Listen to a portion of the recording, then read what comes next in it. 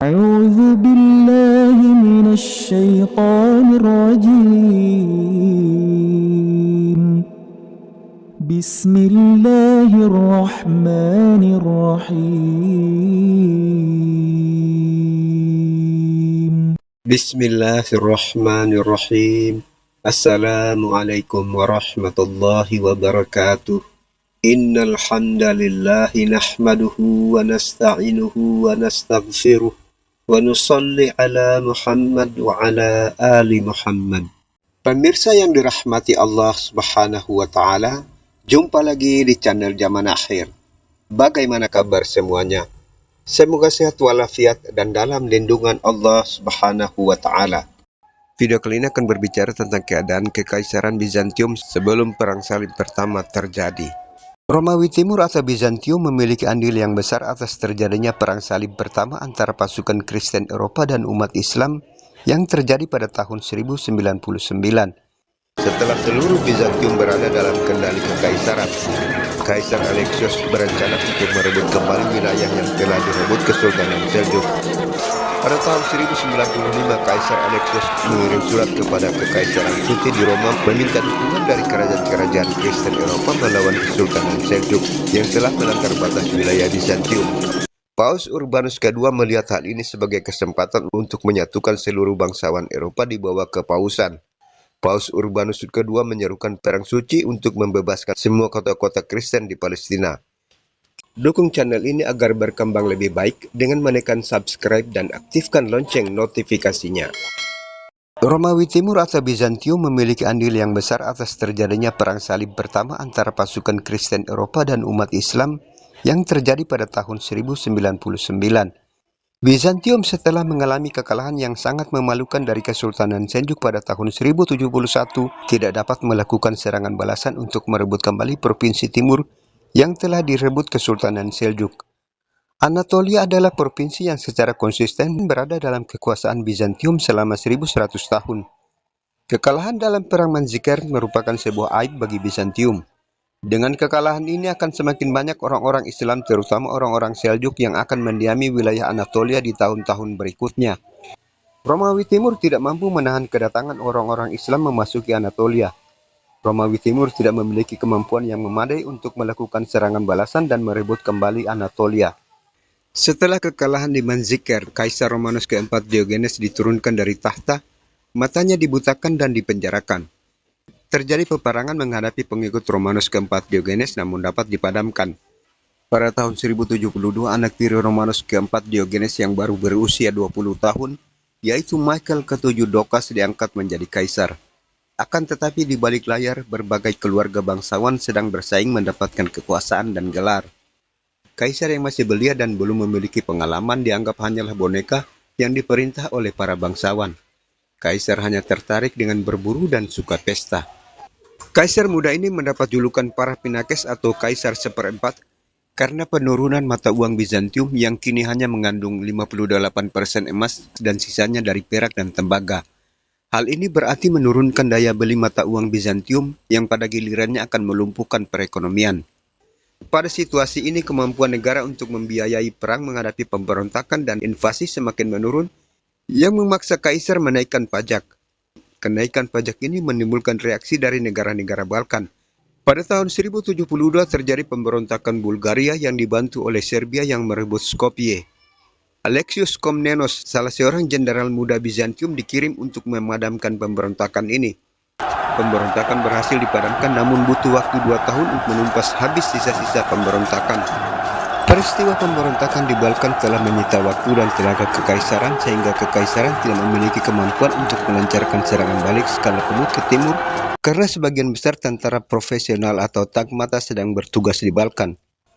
Kekaisaran melakukan kompromi dengan mengirim pasukan yang lebih kecil di bawah komando Isaac Komnenos bersama adiknya Alexios Komnenos, membawa 1/10 dari jumlah pasukan yang pernah dibawa oleh Romanus keempat Diogenes 2 tahun yang lalu. Pasukan yang dibawa terdiri dari 400 tentara bayaran Franka yang dipimpin oleh Rossel Balliol yang hadir di Manzikert. 3 tahun yang lalu di bulan Agustus dalam ekspedisi Kaisar Romanus keempat Diogenes, Kaisar Romanus mencapai Danau Ven. Kaisar membagi pasukannya menjadi 2 bagian dengan melepas Rosel dengan tentara bayaran Franka dan Joseph Tarkanayates dengan Tagmata dan pasukan pemanah elit Bizantium menuju ke selatan dengan kekuatan 20.000 pasukan untuk mengambil alih dan mempertahankan benteng Kilat. Kaisar memprediksi jalur selatan adalah jalur yang akan dilalui Sultan Alp-Arsalan. Ternyata Kaisar salah memprediksi jalur yang dilalui Sultan dan pasukannya.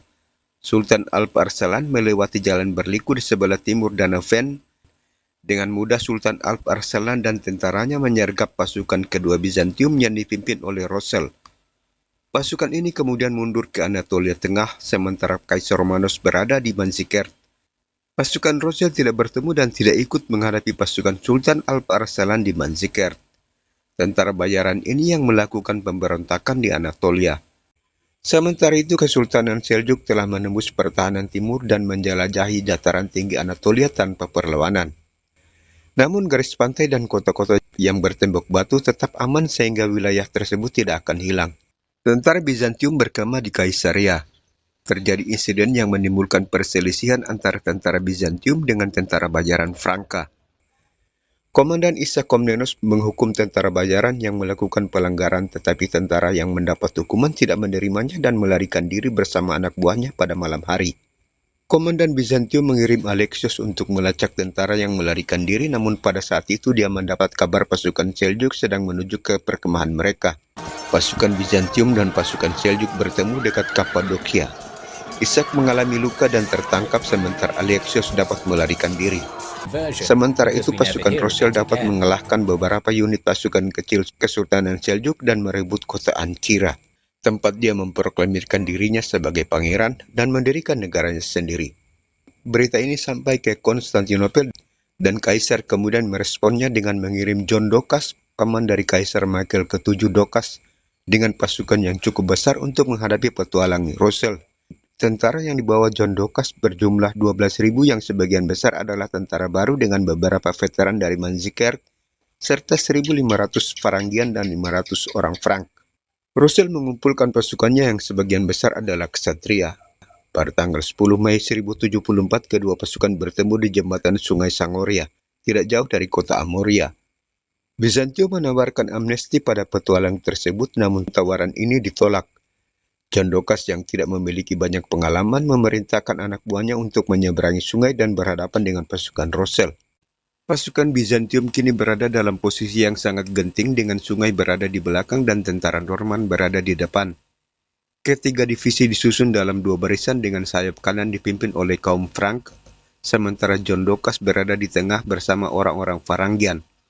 Putranya Andronicus Doukas berada di sebelah kiri dan Gubernur Anatolia Nikephoros Botaneiates yang bertanggung jawab atas barisan belakang. Keesokan harinya dengan menunggang kuda, Rosel menuju ke barisan Frank dan berbicara dengan mereka.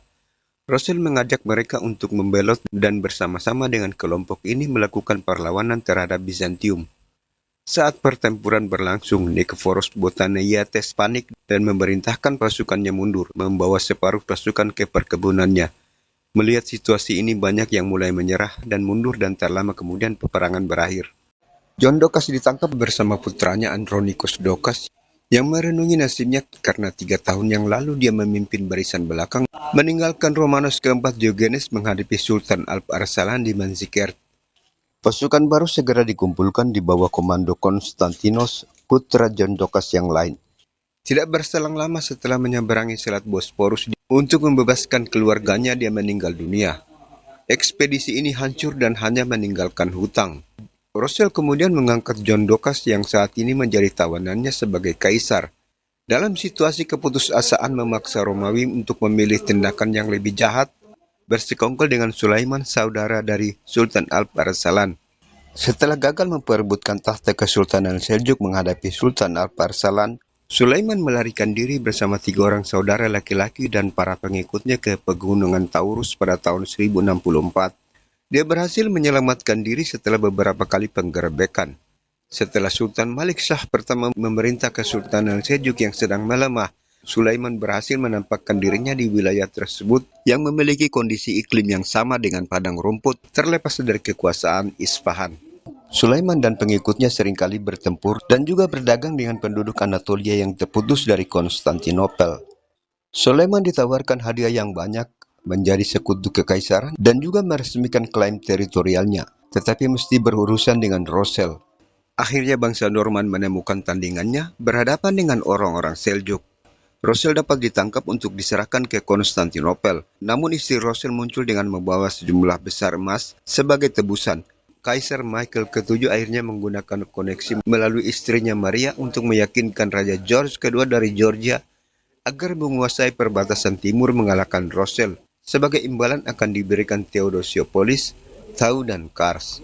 Kota-kota dan benteng-benteng penting telah diserahkan, namun tentara Georgia gagal, bahkan banyak yang menjadi pengikut Rosel. Berbagai cara telah dilakukan, namun pihak Bizantium belum juga dapat menangkap Rosel. Jika hal ini tidak segera ditangani, pemberontak akan meluas ke tempat lain yang memproklamirkan John Doukas sebagai pemimpin mereka yang sah. Calon berikutnya yang bisa menangkap Rosel adalah Alexios Komnenos, seorang jenderal Bizantium yang baru berusia 20 tahunan, bertenaga dan karismatik, yang diangkat sebagai panglima tertinggi Bizantium, yang kemudian dikirim untuk menangkap Rosel tanpa dana dan pasukan yang signifikan. Dengan kelicikannya, Alexios memohon kepada orang-orang Seljuk untuk menangkap Rosel. Dia berjanji kepada orang-orang Turki bahwa mereka akan diberikan kekayaan yang banyak. Orang-orang Turki menyetujui dan bersedia menangkap Rosel, dan sekali lagi mereka dapat menyelesaikan tugasnya. Mereka mengundang Rosel ke sebuah pesta dan mengkhianatinya. Masalahnya adalah Alexios tidak memiliki dana yang telah dia janjikan akan diberikan kepada orang-orang Turki. Tetapi Alexios tidak kehilangan akal, dia meminta kepada penduduk Anatolia. Tetapi anehnya penduduk setempat lebih menyukai pasukan Norman dan semakin menyukai pangeran yang melindungi mereka dari gangguan orang-orang Turki. Untuk meyakinkan penduduk, Alexios menutup mata Rosel dan mengumumkan bahwa dia sebenarnya buta dan tidak lagi dapat membela penduduk Anatolia. Rencana ini berhasil dan setelah mengumpulkan dana dan membayar orang-orang Turki, Alexios kembali ke Konstantinopel dengan kemenangan. Rosel dikurung di dalam penjara bawah tanah pada tahun 1076. Pada tahun 1076 terjadi pemberontakan yang berujung pada perang saudara yang meluas. Pemberontakan tidak hanya terjadi di satu tempat tetapi di 4 titik yang terpisah. Philaretus Brachemos yang memproklamirkan dirinya sebagai kaisar yang berpusat di Antioquia tidak lama setelah kekalahan di Manzikert. Kedua, federasi kota-kota di Sungai Danube yang memisahkan diri dan memihak Peceneg. Pada bulan November 1077 orang paling berkuasa di Balkan, Gubernur Dyrrhachion Nikeforos Bryennos memproklamirkan dirinya sebagai kaisar dan mengumpulkan koalisi pendukung yang diisi dengan tentara veteran karena dirinya sendiri adalah seorang veteran dan komandan yang cakap. Terakhir adalah Nikeforos Botaniates, gubernur Anatolikan yang berusia 76 tahun dengan sedikit pendukung, yang memberontak pada Oktober 1078. Kaum bangsawan di Konstantinopel menyadari bahwa mereka harus memilih salah satu pihak dan mereka bukan memilih berdasarkan prestasi tetapi berdasarkan bagaimana penguasa selanjutnya dapat dikendalikan. Di kota Konstantinopel sendiri juga terjadi pemberontakan dan akumulasi dari semua pemberontakan ini memaksa Kaisar Michael ke-7 Doukas turun tahta. Para bangsawan selanjutnya mengundang Nikeforos Botaniates untuk dilantik sebagai kaisar dengan gelar Nikeforos ketiga. Kaisar baru ini membuat kesepakatan dengan Maria, istri Michael ke-7 Doukas yang dinikahi dengan imbalan Konstantinos, putra Maria dan Michael ke-7 Doukas sebagai pewaris tahta. Nikeforos Bryennos dapat mengambil alih sebagian wilayah Balkan sehingga Nikeforos ketiga mengirim Alexios Komnenos untuk memadamkan pemberontakan Balkan pada tahun 1078. Nikeforos Botaniates telah melanggar janjinya tidak menjadikan Konstantinos putra Michael ke-7 Doukas sebagai kaisar. Nikeforos yang tidak memiliki anak memilih keponakannya sebagai kaisar. Keluarga Doukas bersama Alexios Komnenos kemudian melakukan penggulingan terhadap Nikeforos Botaniates. Konstantinos calon kaisar putra Michael ke-7 dan Maria masih berusia 2 tahun sehingga Alexios diangkat sebagai kaisar. Setelah kekalahan yang sangat memalukan dalam pertempuran Manzikert, pada bulan yang sama, provinsi Bizantium di semenanjung Italia direbut oleh bangsa Norman, dipimpin oleh Robert Guiscard yang mendapat julukan Fox atau si Rubah. Romawi Timur sedang dikepung oleh musuh-musuh yang akan mengambil alih kekaisaran. Pada tahun 1080, Robert Guiscard sedang merencanakan memasuki provinsi Epirus yang kaya di Bizantium. Setahun kemudian pada 1081 dia mendarat dengan pasukannya di dekat benteng Bizantium di Dyrrhachium dan mengepungnya. Kaisar Alexios Komnenos segera mengumpulkan pasukannya menghadapi orang-orang Normandia. Kaisar Alexios kemudian merespon kedatangan pasukan Norman dengan berbaris bersama pasukan Bizantium. Namun Alexios mengalami kekalahan yang sangat memalukan dengan luka yang didapati yang nyaris merenggut nyawa Kaisar.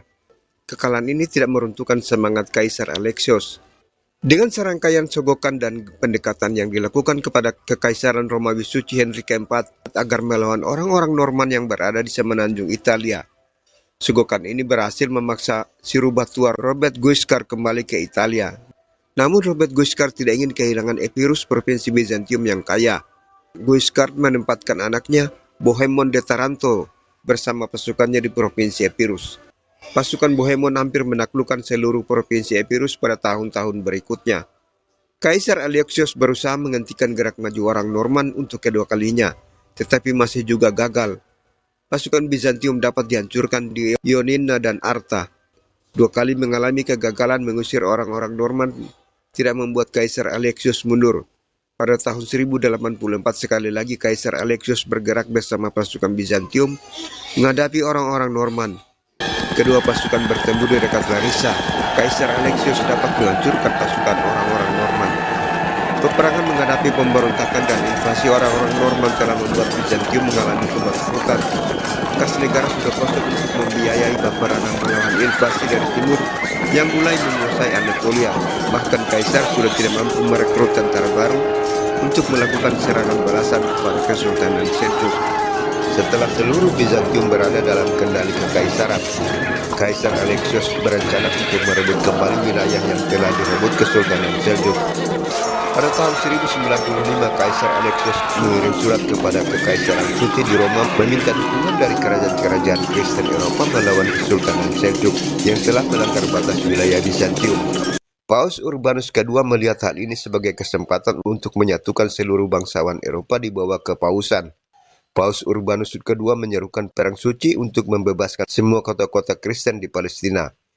Kisah perang salib ini akan dibahas pada video berikutnya. Terima kasih sudah menonton video ini. Jangan lupa berikan komentar dan kritikan untuk perbaikan video selanjutnya.